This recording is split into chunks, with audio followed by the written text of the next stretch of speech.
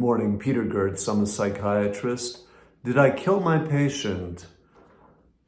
This type of scenario can happen with doctors, not that infrequently. There was a patient recently I saw in the morning in the clinic, and he's someone who has had very high blood pressure at times, probably at least in part related to anxiety and physical pain, but he also takes blood pressure medicine. And he came in with a blood pressure of 200 plus, over 100 plus to our clinic. He's in his 50s. I've been seeing him for 10 years. And at his previous appointment with me, he had a similar blood pressure reading, and he took medicine for anxiety then during the visit, actually. And his blood pressure after the visit improved. So we had our visit, and he suffered from quite a bit of pain, and he had another appointment with another doctor scheduled for right after our appointment. And after our appointment, he had his blood pressure rechecked. Again, it was 200 plus, over 100 plus. He did not really want to go to the emergency room. He was keen to go to that appointment with the other doctor. He felt the other doctor might be able to help him with the pain, which of course can be related to the blood pressure then.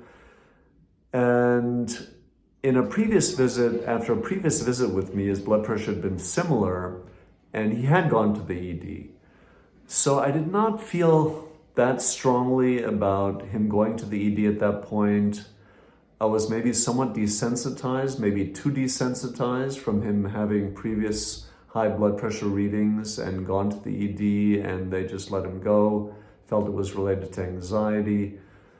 So I carry on then after the visit with my day, and then around 5 o'clock, shortly before the end of the day, I think, wow, let me check what happened at the other doctor's appointment that the patient had. And that doctor is someone he'd never seen before, so it was a new doctor for him and vice versa. New patient for the doctor. So he had a very high blood pressure reading during or before that visit with the doctor, and they felt he had slurred speech also. They called a code, and they felt he might be having a stroke, and he was sent to the ED. And at that point, which was about 6 hours maybe after our appointment, there was only one nurse's note from the ED, not saying much, maybe patient complaining of diffuse pain or something vague. And that was it. And I was wondering, what happened? Did the patient die? Is that why there's no note? Was it a big mistake of mine not to send him to the emergency room? And I'm feeling, wow, maybe I was just too cavalier about the whole issue. I might have saved his life by sending him to the emergency room. Then the next morning, I check a little bit more in his chart, and there are a lot more notes in the ED, from the ED. He had an extensive workup. Apparently, the workup took a while. He was in the ED, I don't know, maybe 10 hours, 9 hours, so quite some time. So I realized on the next day he had an extensive workup, and ultimately they felt anxiety may have been a big contributor, and they discharged him back to home. So bottom line, in this type of scenario, in my opinion, there's no place for arrogance. I make mistakes every day, and this could have been a big one. The patient potentially could have died, could have had a stroke with that blood pressure.